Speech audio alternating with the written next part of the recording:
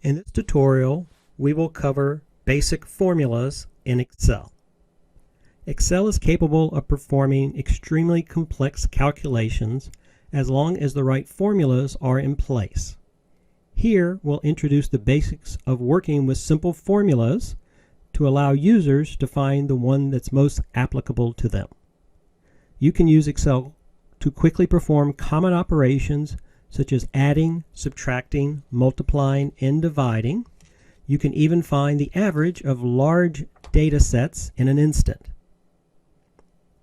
With your formula basics, formulas contain information to perform a numerical calculation such as adding, subtracting, or multiplying.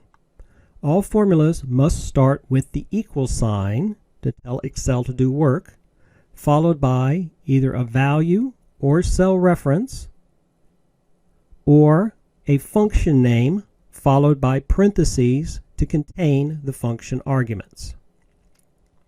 Functions are the most common way to enter formulas in Excel. To create a formula, you'll need to click on the cell where you want to add the formula. Let's click on cell C1, and then to tell Excel to do work, we type the equal sign. Now you can type in just the value. I can type in 10 minus 2 and then hit enter, and that will give me 8. That's called a static formula. If I want to change the information, I have to go and reselect it and type in my new information.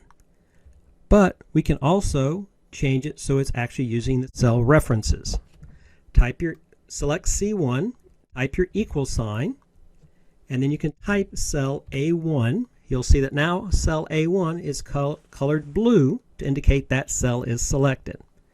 Type your minus sign, and then either type B1 or click on B1 to see that it now is colored red.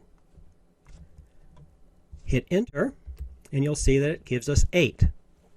The benefit of having used the cell references rather than the static numbers is that if the information changes, please click on cell B1, type in the number 3 and hit enter, and you'll see that the results change in C1.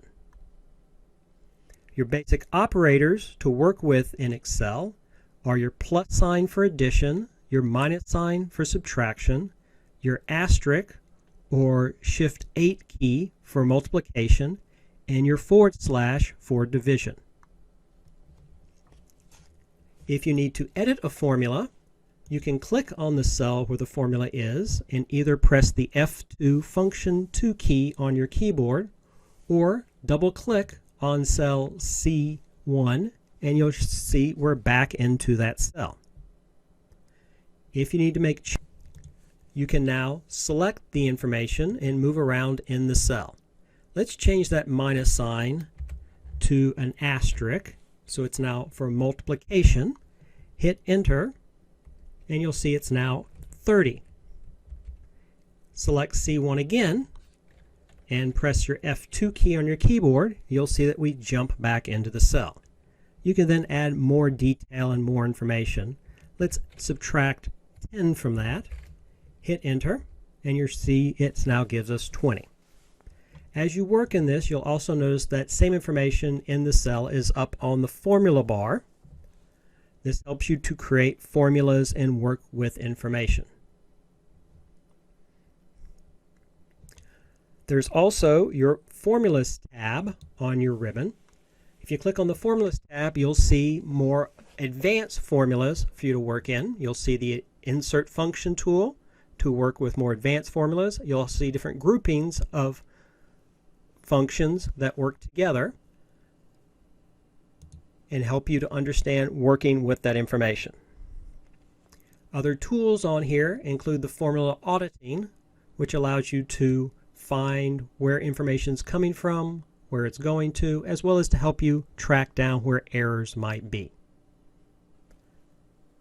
But these are all tools you'll use here in your Formulas Basic to work with in Excel.